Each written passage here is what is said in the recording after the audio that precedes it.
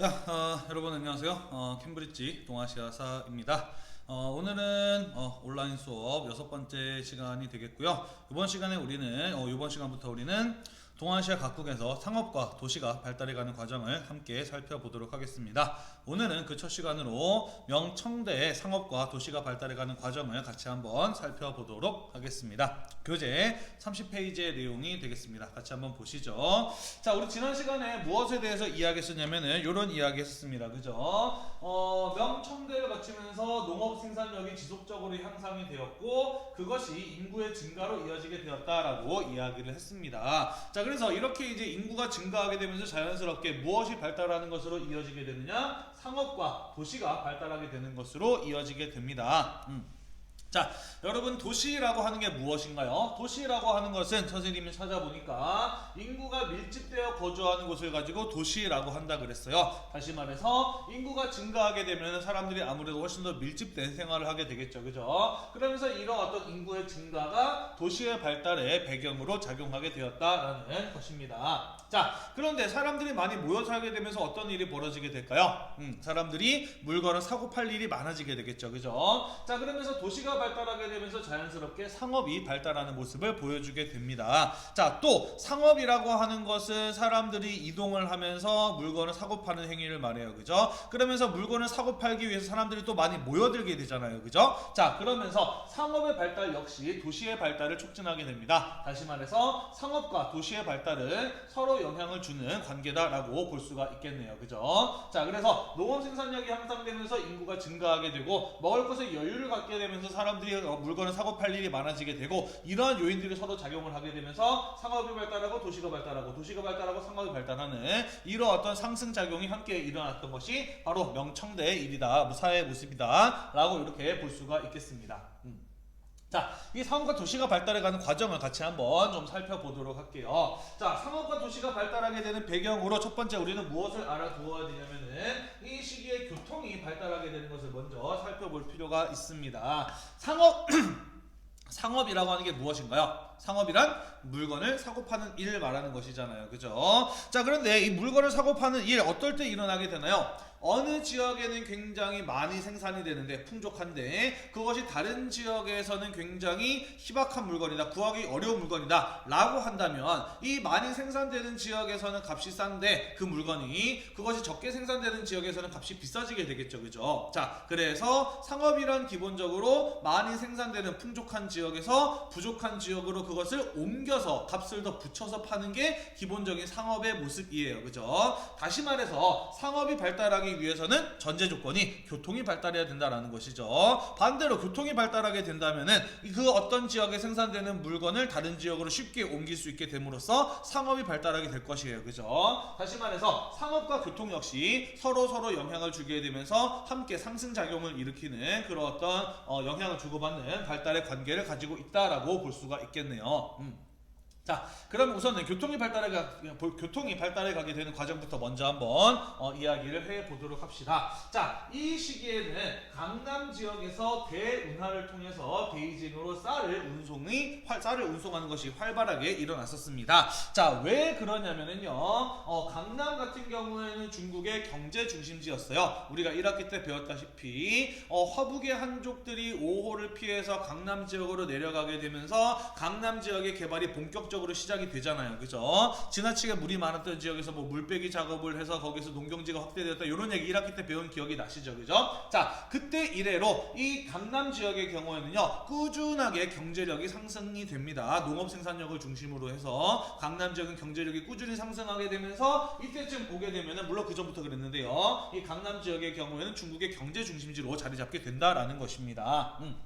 자, 그리고 선생님이 방금 말했듯이 이 강남 지역 같은 경우에는 쌀이 가장 풍족하게 생산되는 지역이었다라는 것이에요. 자, 그런데 명나라, 청나라 모두 수도는 어디였냐면은 바로 이 베이징이었습니다. 베이징은 당시 중국의 정치 중심지이자 군사 중심지로서 인구가 100만 명 이상이 거주하는 가장 물건을 사는 사람들이 많은 최대의 소비지였다라는 것이죠. 자, 다시 말해서 이 베이징의 그 수많은 사람들을 먹여 살리기 위해서는 강남 지역에서 생산된 물자를 쌀과 같은 물자를 이 베이징 지역으로 운반할 필요가 있었다라는 것입니다. 그것이 세금의 형태이든 아니면 사람들에게 물건을 팔기 위한 형태이든 어쨌든 강남 지역의 풍족한 경제력을 베이징 최대 소비지로 옮길 필요가 있었다라는 것이에요.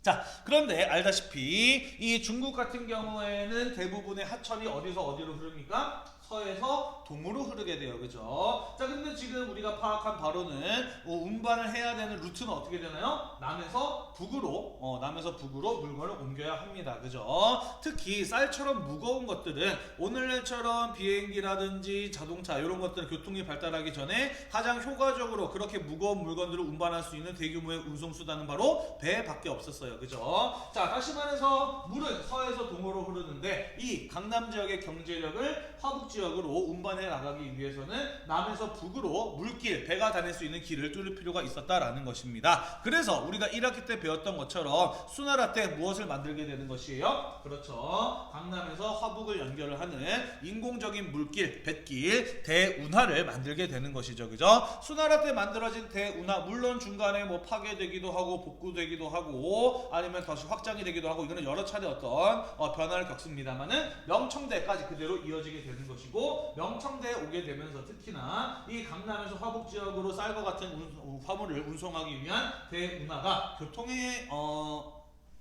수단으로서 활발하게 활용이 되었다라는 그런 이야기가 되겠습니다. 자, 그래서 이 경제 중심지인 강남에서 생산된 많은 물자들이 베이징 최대 소비지로 이동하기 위해서 대운하를 이용했었다라는 것이에요. 자, 그러면서 이 대운하를 통해서 당시에는 매년 한 400만 석 정도 되는 많은 양의 쌀이 운송이 되었었다라고 이야기를 합니다. 자, 그러면서 이 대운하를 중심으로 남과 북으로 연결되는 이 축을 중심으로 하는 이 교통, 수상교통이 특히나 중국에서 발달해가는 모습을 볼 수 있었다라는 것이에요.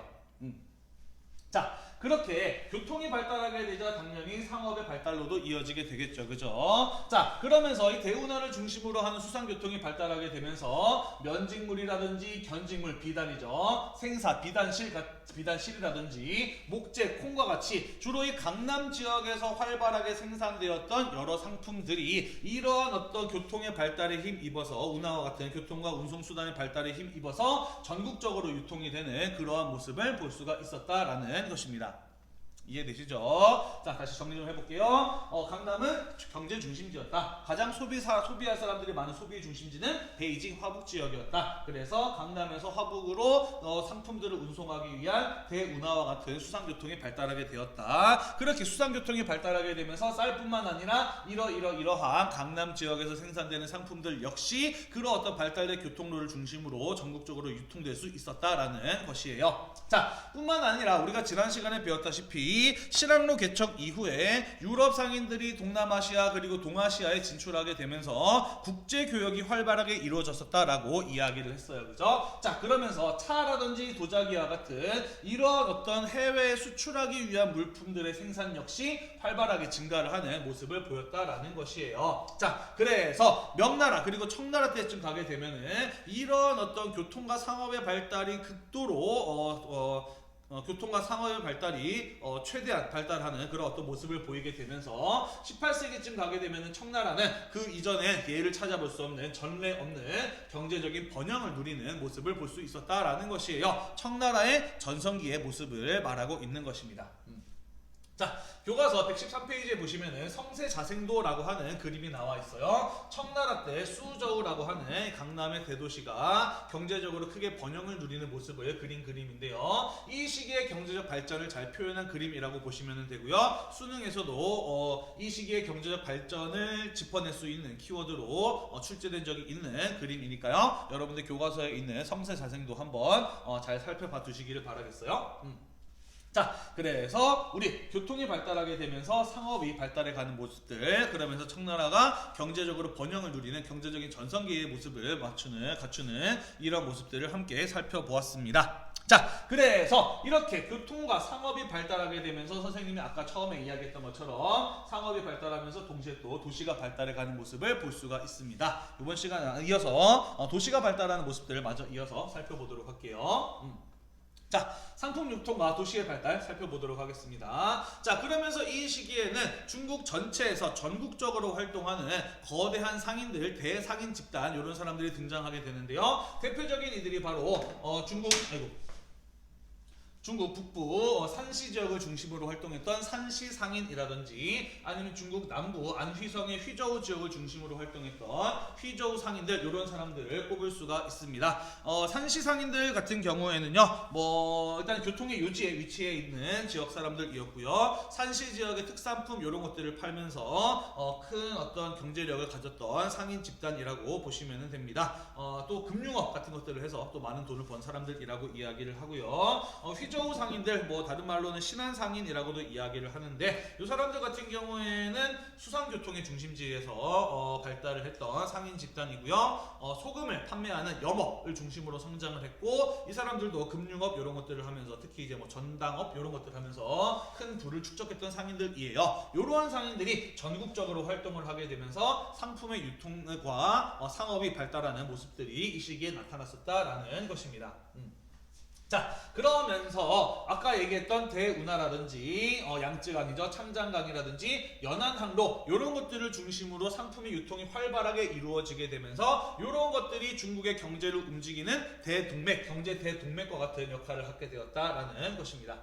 대운하 선생님이 방금 이야기했죠, 그죠? 여기서 여기로 이어지는 거. 참장강 우리 다들 알고 있죠, 그죠? 양쯔강, 강남 지역을 관통하는 강이 되겠고 연안항로 같은 경우에는 꼭 배가 대운하로만 가라는 법은 없어요, 그죠? 바닷길을 통해서 이렇게 중국 육지 근처를 통과하면서 베이징으로 갈 수 있는 바닷길도 있습니다, 그죠? 이런 것들을 연안항로라고 이야기를 해요. 자, 그래서 이런 것들이 경제를 흐르게 만드는 대동맥, 상품 유통의 중심적인 교통로로서 활용이 되었다라는 것이고요. 이런 것들을 중심으로 교통과 상업이 발달하게 되면서 당연히 그 주변에 도시들이 발전하는 모습들을 보이게 됩니다. 자, 선생님이 거기 교재 밑에 그림을 하나 넣어놨는데요. 특히 창장강 같은 경우가 굉장히 중요했습니다. 창장강 상류 지역 같은 경우에는요, 이거 좀 얘기하기 좀 복잡하다.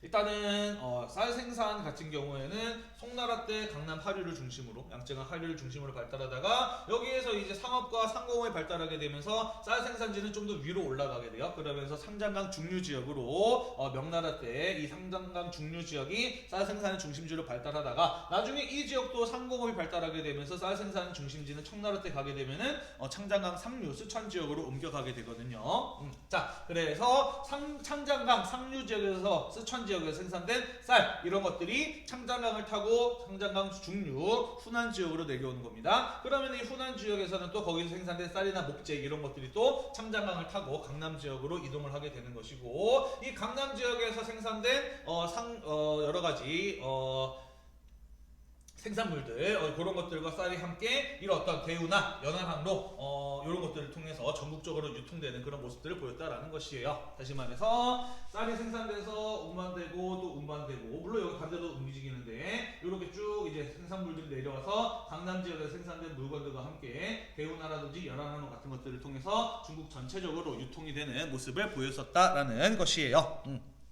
자, 그렇게 이런 것들을 중심으로 상업과 도시가 발달하게 되었다라는 것이고요. 교재에 나와 있듯이 그 주변에 그래서 대표적인 도시들이 발전을 하게 됩니다. 예를 들자면은요, 강남 하류에 있었던 이 수저우 같은 경우에는 직물업의 중심지로 최대의 수공업과 유통 그리고 소비를 담당했던 도시로 발전을 해 나가는 모습들을 보이게 되고요. 양저우 같은 경우에는 특히나 이 시기에는 소금 같은 경우에는 전매 상품이었어요. 그러니까 국가에서 독점적으로 판매하는 상품이었거든요. 그런 어떤 곳을 특히나 담당했던 곳이 바로 이 양저우라는 곳이에요. 그래서 소금을 생산하고 판매하는 염상, 영업, 염업 이런 것들로 큰 부를 축적했던 곳이 바로 이 양저우 같은 곳이라고 볼 수가 있겠습니다. 한커우 같은 경우에는 이 창장강 중류하고 하류 중간쯤에 있는 위치하는 곳이거든요. 그래서 이 창장강의 어떤 상품 유통을 중간에서 중개를 하면서 소금이라든지 쌀이라든지 차, 목재 이런 것들을 중개하면서 경제적으로 큰 번영을 누렸던 곳이 이런 한커우 같은 곳들이 되겠습니다. 네, 이러한 것들이 이러한 어떤 상품 유통과 상업의 발전하는 과정 속 속에서 크게 성장하였던 강남 지역의 대표적인 도시들이다라고 볼 수가 있겠습니다. 오늘날에도 이런 것들 여전히 중국의 대표적인 대도시로서 여전히 그 기능을 수행을 하고 있죠. 그리고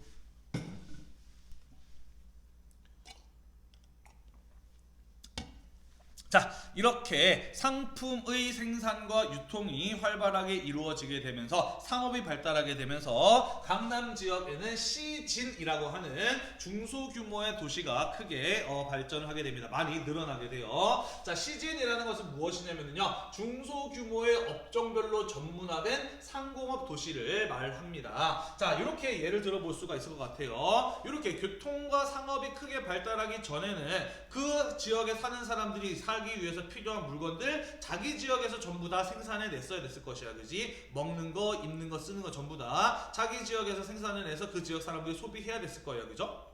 자, 그런데 이렇게 교통과 상업이 크게 발달하게 되면서 그 지역 사람들이 필요로 하는 모든 물건을 자기 지역에서 다 생산해낼 필요가 없게 되었다라는 것이죠. 왜 그러느냐? 자기 지역에서 잘 생산해낼 수 있는 물건은 분명히 존재합니다, 그죠? 예를 들자면 뭐 쌀, 아니면 소금, 이런 식으로 그 지역의 지리적 환경에 맞는, 그 지리적 환경에 의해서 가장 잘 만들어낼 수 있는 전문적인 상품이 있을 거란 말이야, 그지? 지금은 그것만 집중적으로 만들어내도 되는 상황이었다라는 것이죠. 예를 들자면은 쌀을 소금을 전문적으로 생산하는 지역이 있었다라고 칩시다. 자, 예전 같은 경우에는 이 지역에서는 소금이 제일 많이 생산이 되지만 이 지역 사람들도 먹고 살아야 되기 때문에 쌀이라든지 아니면은 직물 이런 것들을 함께 생산해 내야 됐었을 것이에요, 그죠? 자, 하지만 지금은 소금만 집중적으로 생산해 내도 되는 상황이 만들어졌습니다. 왜? 교통과 상업이 발달했으니까요, 그죠? 자기 지역에서 제일 잘 만들 수 있는 소금만 집중적으로 만드는 겁니다. 그래서 나머지 그 사람들이 필요로 하는 식량이라든지 옷 이런 것들은요, 소금을 다른 지역에다 팔고 발달된 교통과 상업으로 인해서 다른 지역에서 자기들보다 쌀이나 옷을 더 잘 만들 수 있는 지역이 있을 거 아닙니까, 그죠? 그 지역에다가 소금을 팔고 그런 물건들을 다시 수입해 오게 되면은 되는 거예요, 그죠? 지금 학생들이 자리에 있으면 좀 더 잘 이야기를 할 수 있을 거고, 또 그 다음에 이 수업을 한 3번쯤 연습을 했으면 좀 더 말을 잘 할 수 있었을 텐데 조금 말이 꼬이네요. 무슨 상황인지 이해가 되시죠, 그죠? 그래서 자기 지역에서 제일 잘 만들 수 있는 것들을 집중적으로 만들어서 다른 지역에 팔고, 그보다 자기들이 나머지 필요로 하는 것들의 경우에는 자기들보다 더 잘 만들 수 있는 지역에서 가져와서 사와서 쓰는 그런 어떤 도시들이 만들어졌다라는 것이에요. 그런 것들을 가지고 우리는 뭐라고 부른다? 시진이라고 부른다라는 거예요. 특정 상품을 전문적으로 생산해내는 중소규모의 도시들이 강남 지역에 발달하게 되었다. 왜? 교통과 상업이 발달하게 되면서 자기들이 필요한 물건은 다른 지역에서 얼마든지 구해오고 자기들이 잘 만드는 물건을 팔아서 그 돈을 마련하면 되었기 때문이다라는 것이에요. 이해가 되시죠?